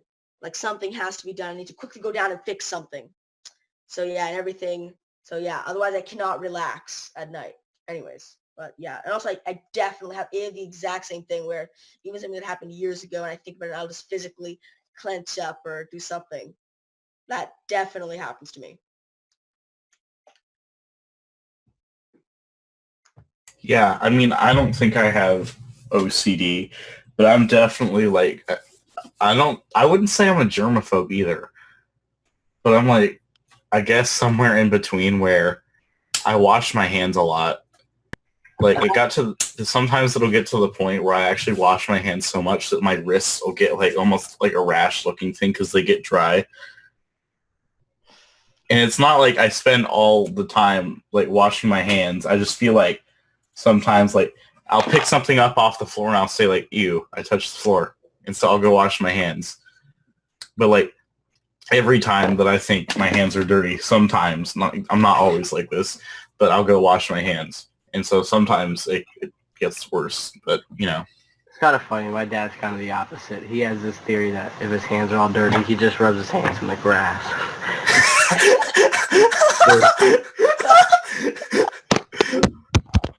But, I mean, you never really get sick, like, ever. Can we get, like, a counter, like, on the side of the stream, like, for how many times Neil's camera has fallen over? Yeah. Wait, someone needs to send Neil some like gorilla tape or something. Neil loses his phone all the time. That's really a top what he does. Yeah, we'll just walk outside and I remember, and it'll be like, it won't be like, oh man, I'm dropping my phone. Oh man, oh crap. It'll be a blood curdling scream. I don't know if my dad was ever diagnosed. But I think Scream from Neil. I think he was diagnosed maybe a few times, like a long time ago, with PTSD. Not like he never fought in any war or anything close like that, but I think just growing up in his, like on my dad's side, their family's pretty dysfunctional. And, like, I mean, his older brother, he's the youngest of three, and his oldest brother is what, like 13 years older than him, and his second oldest brother is like 8 years older than him, so they're all substantially older than him. And my grandma is she's kind of crazy sometimes. But she has a lot of control issues. She's really, really controlling. But I mean, like, she's not that bad, but he was diagnosed with PTSD, and he definitely has some anxiety problems. Just like not in one area, but I know a lot of people have a fear of flying, but like he has a pretty large fear of flying, and I mean, we'll just go through some stages where he has some really bad anxiety, like a lot of anxiety attacks, and I mean, he has things that help him with some support groups and stuff, but like it's not like that weird. It's not like crazy support groups, but he definitely has some anxiety and probably some type of mental illness. But I don't know. It's not like it flares up all the time or even close to that. For the most part, he's normal and he doesn't take any medication for it. But like, there's definitely sometimes if he's in some really stressful situations, his anxiety will flare. But I think that's for everyone, especially for me. Yeah. I mean, I know I have quite a lot of anxiety. That's the only reason I left school is because of anxiety. And it's strange to think that people, like, there's people that don't have it, that have just never had any issues with it. And I don't know if I've ever been, like, depressed, or I don't think I've ever had depression, because depression is a really crazy disease. Depression is really bad. I think if you really have it, and I don't know, like, I know there's a lot of people that say they have depression, but it's just, they're like sad. And depression is a really hard disease. Unless you actually get diagnosed with depression, it's you being sad. Yeah. And I think well, not necessarily like like getting being depressed and having depression are two substantially. Yeah, that too. But just being diagnosed doesn't mean like you can have depression before you get diagnosed. It's just, the diagnosis just kind of confirms it. Like, being diagnosed with it does not necessarily, like, say, if you get what I'm saying, you can have depression before you've been diagnosed. Yeah, let me back in 1 second. Literally 1 second. My dog's at the door. You want to? Literally 1 second. 1 Mississippi. 1, 2, 3, all right, I'm back. 4, 5. No, you're not. 6. 7 seconds. It was like 8. Or 7 or 8. Yeah, Dylan, that's not even... Apparently Dylan has, like, Dylan has time insanity. He doesn't understand the concept of time. Literally 7.5. 7.5. Oh my gosh. Oh my gosh. But I think that a lot of times people they think that, okay, well, I'm extremely, I have I get anxiety about this, and I get depressed about this, and I definitely overthink this and this and this, and I think that a lot of times people mistake being abnormal for being normal, not even just having mental diseases, but I think that people think that when, like, oh, I have this weird thing that I cannot believe this, blah, blah, blah, blah. But I think when people actually talk about things that they experience, they find out they have more in common with other people than they realize. I think that there's a clear difference between that and mental diseases because of the fact that I think it's that defining one of the defining characteristics where it's a very noticeable thing that actually it impedes sometimes what we can do. Like, for example, Dylan, you were just talking about how I get this thing where if I'm thinking about something in the past, I just kind of tense up. And I was saying, I get that exact same thing. And you described the exact same thing that I have. I think that we all understand that one of the biggest consequences of having such a enormous and vast brains like humans do, which, I mean, and it's just one of the consequences is overthinking things. And honestly, all the things that we were talking about are a consequence of overthinking things. Anxiety is a consequence of your brain overthinking. Depression is a consequence of your brain overthinking.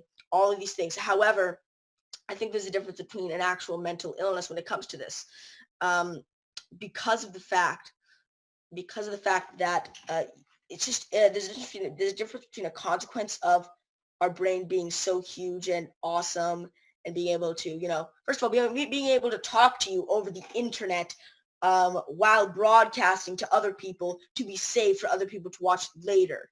That in itself is a humongous accomplishment. It does come with some consequences. We're not flawless.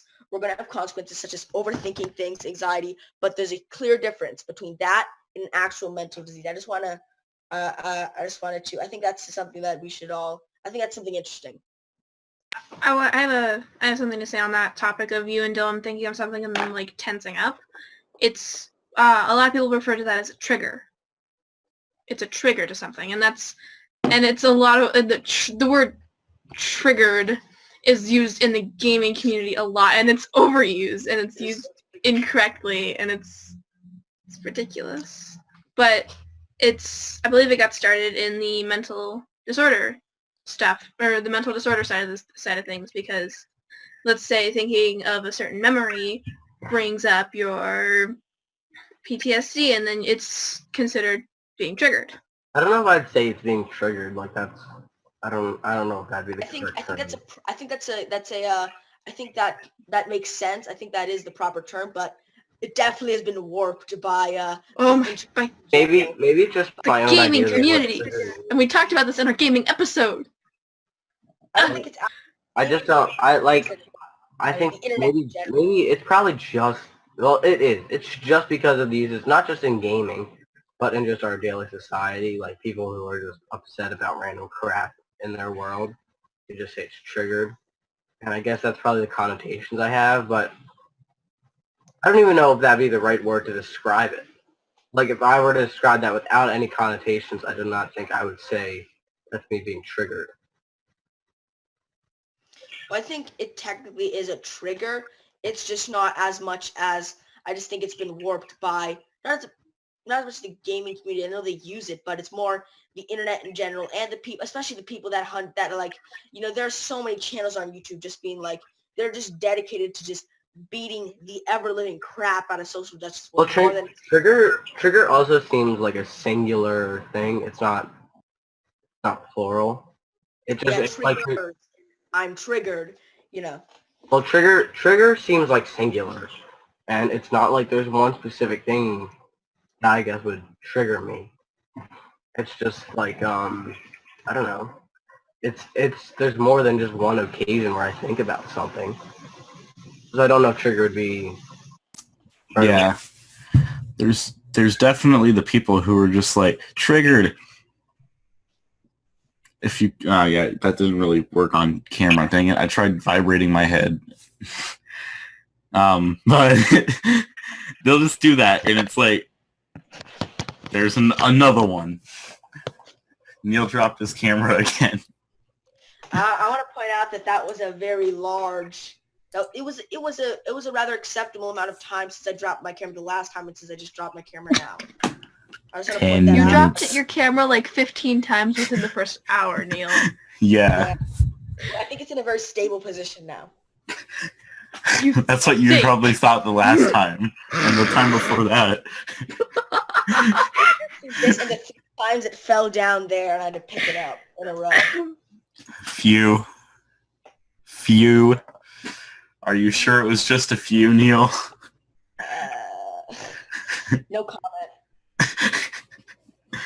Anyway, yeah, it's like people can definitely get, like, some people have a trigger and some people can get triggered, but I feel like most of the time the way it's used today. Neil, really? Really, Neil? That wasn't even like 3 minutes. I thought it was stable. Famous last words. That'll be Neil's last words. I thought it was stable. I'm not gonna touch it all. Anyway, like, I feel like most of the time when people say triggered today, they mean like they'll be like, you don't like my favorite book? I'm triggered. And they'll be like, and it's not really used in the sense of like someone who has a mental disorder has triggers like really loud noises, like specifically like jet engines or car engine revving. Yes, like they don't really like cause them to have like a panic attack, or just like people who say, I'm triggered, get wrecked. I think an example of a mental disease that has a lot of triggers, just for example, is Tourette's. A lot of triggers are, I think, yeah, that's the proper term, right? I think where they have like certain, no, those tics actually. Right, you were saying something? I just thought that was relevant, but it wasn't actually.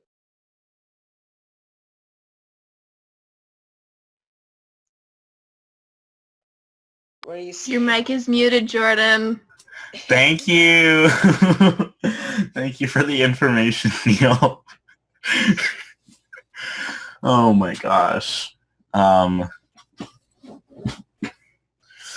Yeah, I mean, I feel like, that's a good point. Yeah, I feel like there is almost a negative energy surrounding mental illness, at least in America. Excuse me. Oh my gosh. Like, it's not, and I'm not saying that mental illness should be looked at as a good thing, but it almost feels like, at least to me, there's a whole negative energy surrounding it, and that we should try to look at it or like have a little bit more of a positive attitude towards it, or people who have it. I think it's some people who don't understand what mental illness is and have not had personal experiences with it. They don't understand that it's the same as having any physical like disorder. Even though it's just as out of control of your hand, it's just as much out of your hands as like cancer would be or a cold would be. It's not your choice to have a cold. It's not your choice to have a mental illness. And like, I think people just somehow think it wasn't given to you, so you obviously chose to have it, which is it's insane that you would think something like that. But I can almost understand why somebody would think of it like that, even though, I mean, it's not. But it's not a physical disorder. It's not a physical disease. So people just assume that you can just somehow make it go away. Just like, oh yeah, just disregard it for right now. Just like get it out of your head. Think about something else. It's like, that's not how that works. You can't just get cancer out of your body just because you want to.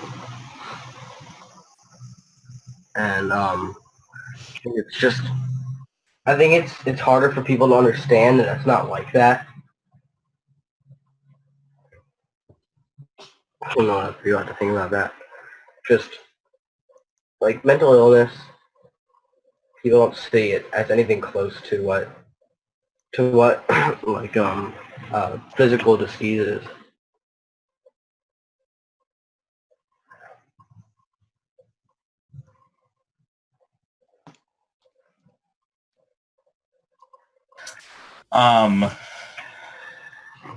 Yeah.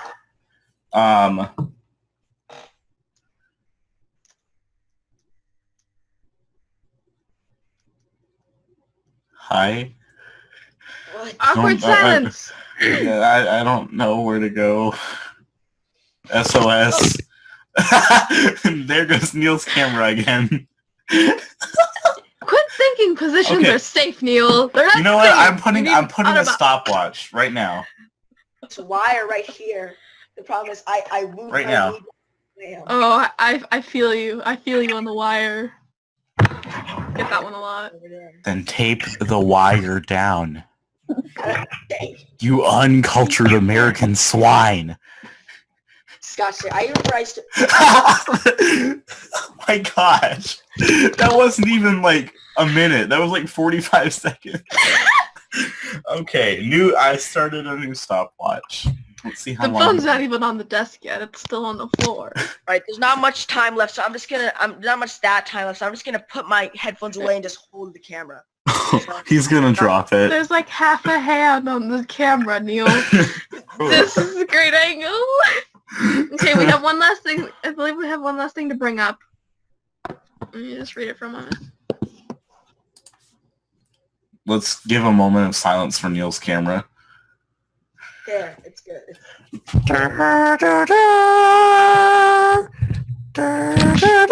Oh my gosh, Neil, that was 41 seconds. 41 freaking seconds. Quit dropping it, Neil. I tried to put something to stabilize it, but then I'm pretty sure that's the Jurassic Park intro, not Pat. Do do do do do do do do do. Jurassic Neil. So let's talk about what haven't we talked about? What mental diseases haven't we talked about? Oh no. We briefly touched on bipolar. Yeah. And then Dylan changed the subject. Yeah. To PTSD. Which, I mean, I guess PTSD had to be brought up at some point. Well, I like to say about this. So, I don't know if you guys know who George Carlin is. Have you ever heard of George Carlin? Everybody. No. Well, he's a comedian, and I like him very much. He's kind of out there, but he's very smart. And I mean, he died a few years ago, but he talks a lot about language. He's just an English major, but a lot of his things are about people's language. And he talked a lot about, well, he didn't talk a lot about, but he had this whole skit, because he's still a comedian. He had this whole skit about PTSD and how dumb it is that such a bad illness has been just turned down to such a simple, like, drawn-out rhetoric. Because that's what it is. PTSD is rhetoric, post-traumatic stress disorder. It just makes it into something that it's like, oh, that's just a bunch of sciencey shit. Doesn't mean anything. And it lessens the meaning for a lot of people. And, I mean, it goes, like, the first term people have for it was shell shock, which really is, like, right in your face. There's no rhetoric there. You understand what it means. And I know for, not all people with PTSD are in war, but it's a significant amount. It is a lot of people. Like, I don't know this for a fact, but I would say much more than 50%. And, so, I think, I like George Carlin's kid. He was talking about just the progressively more, names for PTSD that just became more and more rhetoric and had almost no meaning. Like PTSD to a lot of people, it's just like a word. It doesn't, I mean, I know everything is a word, but it doesn't have much of a meaning. It's not right in your face. It feels just like science, and it's like, oh, that's sad, you have PTSD, but it doesn't show, it doesn't tell anyone. The word doesn't have much meaning. It doesn't have any actual meaning. I think it's something it doesn't at least. And just it's better used in society. Is this everything the comedian said, or is this some of what the comedian said and some of your point of view on it? More what the comedian said. Okay. I feel like the comedian is wrong. Personally, I have a lot of friends who have PTSD, and I have my own PTSD experience. And like actual PTSD, not just none of us. What I consider as PTSD is I have not like a traumatic experience, like yeah, I have I had a traumatic experience, And I also have a trigger for that traumatic experience that brings back memories and makes me really like sullen and out of the whole entire living part, because a lot of people know me as a happy, cheerful child, but when that trigger happens to me, I become this completely different person. And I have a few friends who also have similar PTSD experiences or similar traumatic experiences such as myself, and their own traumatic experiences. And so I disagree with that community completely, because I have a lot of friends who have never been in a war, who are too young to go into war, and probably don't have any interest in going into war at all, and they still have. It wasn't about going into war, like PTSD is only for people in war. I'm just saying, well, I was saying that a lot of people with PTSD have also been in war, but I'm not saying... Yeah, that's the main cause. That's a lot of people's problems. That's not what Harlan was saying either. It was just saying that people's overusage of the word has made it into almost... has had, like, such a small effect about it. Like, I mean, shell shock. Shell shock is right in your face. I understand I understand how that's coming out. I'll find it, because they probably wrote it down. Someone did. I understand now. Yes, a lot of people have overused it. PTSD is like meaningless, or... The overusage of the word has made it almost minuscule. Yeah. Yeah. It's not as such a big deal as it used to be. Yeah, definitely. Which makes it kind of sad, because then you can't really trust anyone's story, but at the same time, if they do have a traumatic experience, you should at least give them a hug. Everyone likes hugs. Everybody likes hugs. Hugs are the best thing ever. You know, unless you're a germaphobe, then Neil. Then you probably. Yeah, Dylan knows. Freaking Neil. I would not say Neil's the germaphobe. Hey, Neil. Willow, you have to hug Neil for me. All right, there you go, Neil. I sent you something. Why don't you check that out? I noticed you dropped your camera again. And why were you trying to write on your arm with your sonic screwdriver while we were talking about PTSD? What even, Neil? Why? I was just thinking about this one thing about, I was thinking about... Why did you turn off? I was about to ask why you turned off your camera, Jordan. I hit a button. Sorry, wrong button. Don't hit buttons! I guess he was talking more towards... He wasn't saying that that PTSD is only for people who have been in war, but he was talking about it more directed toward people who were in war. Okay. That makes more sense. Yeah. So there anything... You should, I'd recommend watching some of his videos. He has some really cool topics, and he's also kind of politically involved. His ideas of voting are really awesome. He's very much against voting. Voting is kind of a ridiculous system. I feel like in terms of voting, we should have our government decide who's best for our government, who's gonna further our world and not turn it to shit. Wait, but who would vote those people into power? Because that's what the system is right now. Exactly what you said it is. Yes. Well, no, it's what the voting system seems like to me, at least, because I haven't really done my research on it. It seems like a giant thing. Like, it seems like a thing where the public gets to decide, not like the government who's actually hand in hand with. Do you know what the electoral college is? Bullshit is what it is. Do you know the electoral college is? Mm-hmm. Well, that's what the electoral college. You vote for the people who go to the electoral college of your county or whatever, your state, and they go and they vote for you, and they don't have to vote for who you tell them to vote for. Some states do, some states don't. Yeah, well, they can basically go. They can go vote for whoever candidate they want. So you're not directly voting if you were to vote.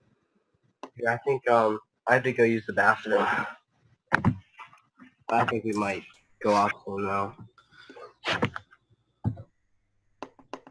Bye. Good luck. Have fun. Good luck. Good luck on that toilet. What?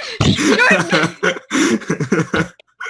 Good luck on your quest. Why don't we talk about how many of the mental disorders are genetic before we go off? Yeah, yeah. Because that's a good thing to bring up.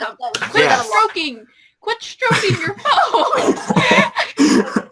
Checking the time. That's how you check the time. You're stroking your phone. It is 5:48 p.m. Eastern Standard Time, October 2nd, 2017. 3:48 Mountain Time. Mountain Time. 5:49 right now. 5:49 in Florida. It's good old sunny Florida until 12 minutes later when it starts pouring. All right, so how off the top of your guys' head, how many do you know that are genetic? Well, I have a bit of input on that.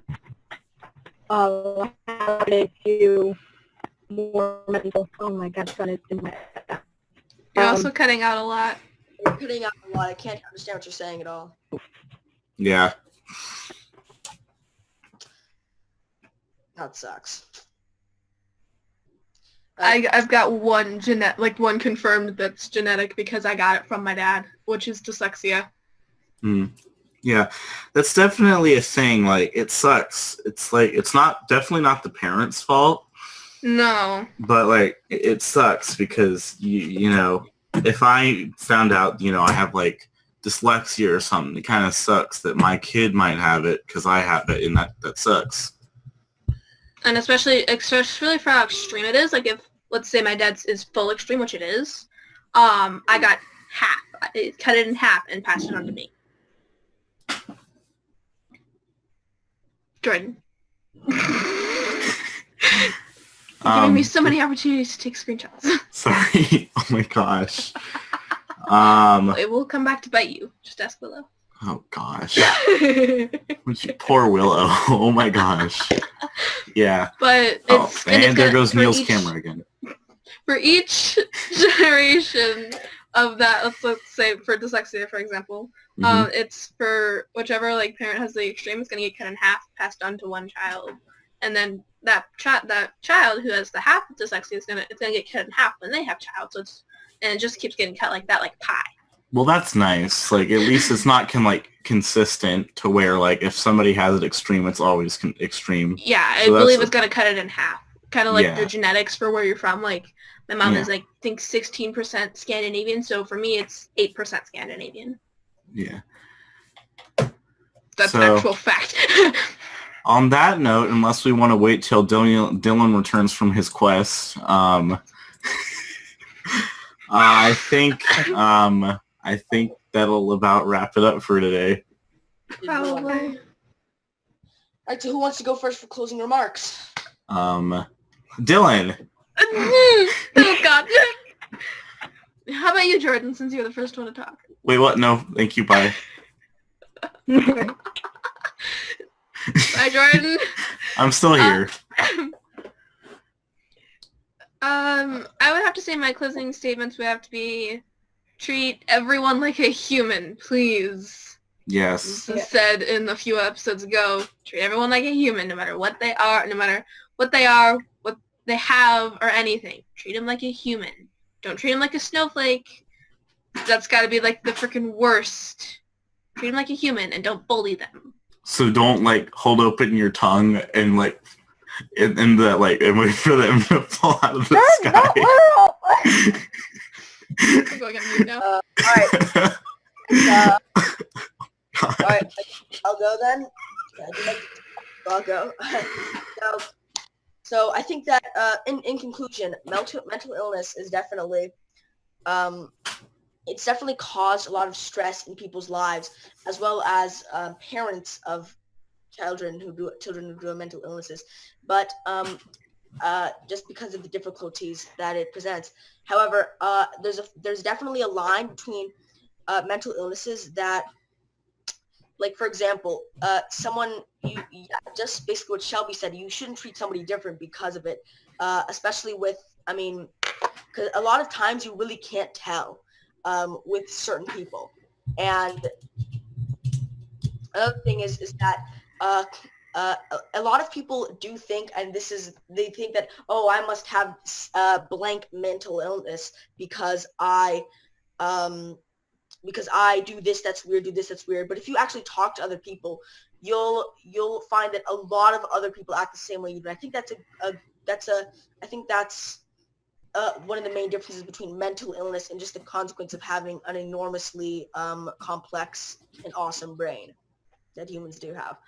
And that is my statement. Thank you. Yeah, and freaking Dylan, oh my gosh. He's like a turtle. Can I go? Yeah, go ahead and let Willow go, because she has to go soon. Yeah, right in my eye. With mental illness or mental health, anything like that, just be careful.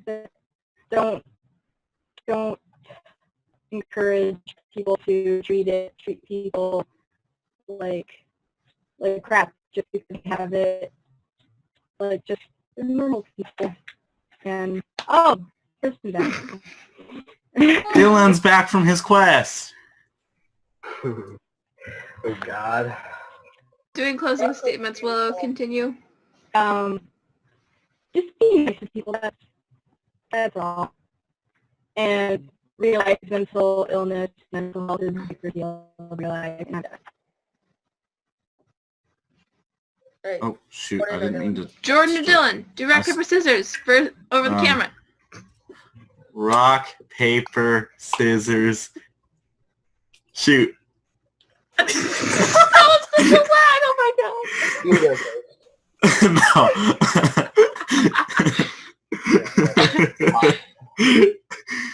Yeah, my Wi-Fi messed up for a second.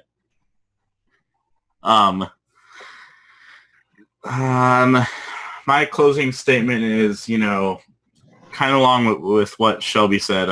Treat, people like humans, and that, of course, that varies from person to person on how people treat humans. But treat others how you want to be treated. Don't go around calling people retards and stuff just because they have mental illness. That's like the worst thing you can do. Treat them fair. And definitely, if you have a mental illness, go and get it treated. Like, don't ignore it. It's not a good idea. That's my closing statement. Dylan, you've returned from your quest, so go ahead. I guess I'd say about the same. I mean, everyone's just a human. It's not like anyone's special, and I don't think you should treat anybody special just because of one attribute about themselves, either good or bad. And I don't think it's good to just leave things untreated. Like, it's not that's very unhealthy. Just like with all these shootings, I guess, which they're a little rare. Shootings are still really rare, and the amount of deaths caused by them out of the percentages of all the people that have died of it are so low. It's still like 200 people get killed by shark attacks. I'm not saying it's a good thing, but I think mental illnesses should be treated. And I think everybody is just a human. Yep. And on that note, unless any other people have anything to say or Neil's camera falls over again, I think that'll conclude today's episode of Youth on Subjects of the World. So make sure to tune in next time and take care, brush your hair, stay cool. Treat people like people. Eat your vegetables, wear your seatbelt, and stay in school. Unless you're homeschooled, just do your work then. I mean, we can't all really speak here because we're all homeschooled / homeschooled. Yeah. We're separate schools. It's like, well, we're not technically in school, guys. I mean, you don't really have to listen to us. Oh, and don't smoke Capri Sun. Have a great day, guys, or a great night. Bye. If we want to change the world, we must first change the media. Mainstream media exists for the purposes of indoctrination and manipulation of public perception. The world of free and independent media is growing, and with the upsurge in information now available in the public domain, it has never been easier to access free and independent media. The exploration of this information resulted in an experimental project which would provide a fully supported space for researchers, whistleblowers, and seekers of all kinds to express themselves and educate the world. On the 1st of January 2015, Conscious Consumer Network was launched to the world. Nobody thought we would make it this far, but CCN is the longest running free and independent media network of its kind. CCN is a unique collaboration of hearts and souls, bringing you information from different perspectives to educate and inform. Since we started CCN, we have had only one desire, the pursuit of a free, fair, just, sustainable world, and this has not changed. Having overcome many challenges over the last 2 years, CCN is here to stay, and we've got great things lined up for 2017. Help keep CCN on the air by supporting the 2017 Network Support Fund.